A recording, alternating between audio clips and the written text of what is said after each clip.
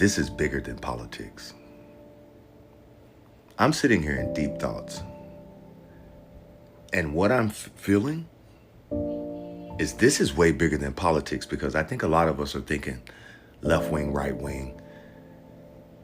History shows when a public figure, a public political figure, has been assassinated in broad daylight, it has never been a random thing. It has never been a random thing. For an example, this guy, Abraham Lincoln, assassinated broad daylight, not random. Bobby Kennedy, assassinated, not random. John F. Kennedy, JFK, shot broad daylight, not random. Good old Malcolm X, broad daylight, in the public, not random. Now, in the sake of Charlie Kirk, I'm gonna keep my tongue on this guy, but also this guy was assassinated broad daylight, not random. But everybody knows about this guy. So while I'm in deep thoughts, I start asking myself, why Charlie Kirk?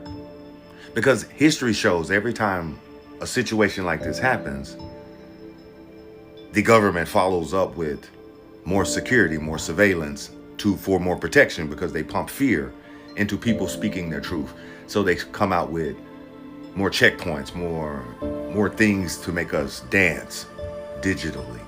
So what I'm thinking is more biometric security, more of the surveillance state. This is pushing more of the drone state, the hyper-focused security measures because of this type of situation. Because they create the problem and then they sell the solution. Like, this is what I'm thinking right now, and I'm going, because this is way bigger than politics. Somebody made that call. Somebody made that call on Charlie Kirk, and it was not random. Because you have videos circling around right now. Like, I just saw my guy, the Maverick. I just saw his video, and I thought, yo, bro, I was just thinking the same thing. The guy got off the roof, and I didn't see no gun. But then they say he disassembled a gun on the roof. And if you see what rifle he was using, there's no way you're going to be able to disassemble that gun in the amount of time to shimmy down the roof, then reassemble it, leave it, then go change clothes. Like, that's already fishy. And then you got all of the actual conspiracy things that are happening with the 333, like the 33, it's always around, the 11 is always around. Like, all of these different things are not coincidences. These are signs. These are so many different things that a lot of people are literally labeling as left wing, right wing, or the Fruit Loop community.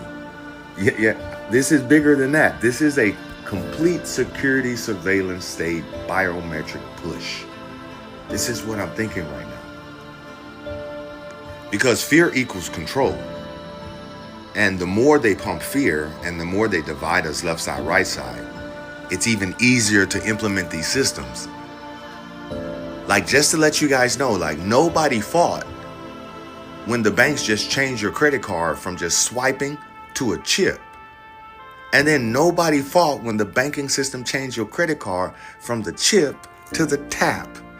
Nobody fought the system when the banks took your credit card from tapping to on your phone. Nobody fought those systems. So let's be mindful of the whole narrative on a public figure like Charlie Kirk, God bless his soul, a warrior of God, get assassinated in front of his family in broad daylight at a university. Do you understand? That is never random. Then you got the video circulating with the security guys doing all the baseball signals and all of this type of stuff. And I'm not trying to bring in extra narratives. I'm just sitting here thinking that there was no way that was random. There's no way that it was random. Same day they vote that the Epstein files are going to be blocked. There's no way that was random. So you have to consistently start thinking, why this? And then you start thinking of control. So versus getting caught up, red side versus blue side, I start asking myself, who benefits from an assassination of Charlie Kirk? Who would make that random call? Who gains political status from a Charlie Kirk being taken out? I started asking myself these random questions. And then I started coming up with a solid solution, because when you start thinking within, you have to understand that you have to tone down the noise and listen to what's real. They'll sell you fear so you can buy freedom. Don't get caught up in the narrative of left side, right side. Be bigger than that.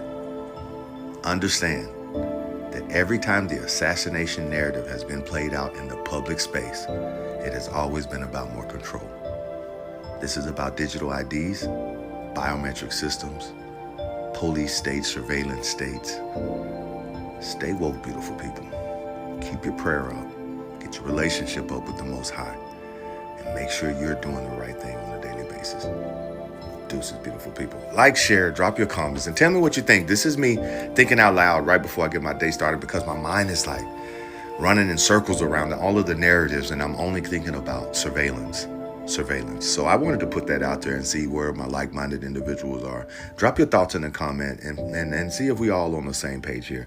Because I see a lot of narratives floating around, but I'm going, whoa. This is the surveillance state, because for something like that to happen and to prevent that again, you got to have way more security measures. You have to have security surveillance in the skies. You have to see any and everything. Everybody needs digital IDs, social security scores. Stay woke.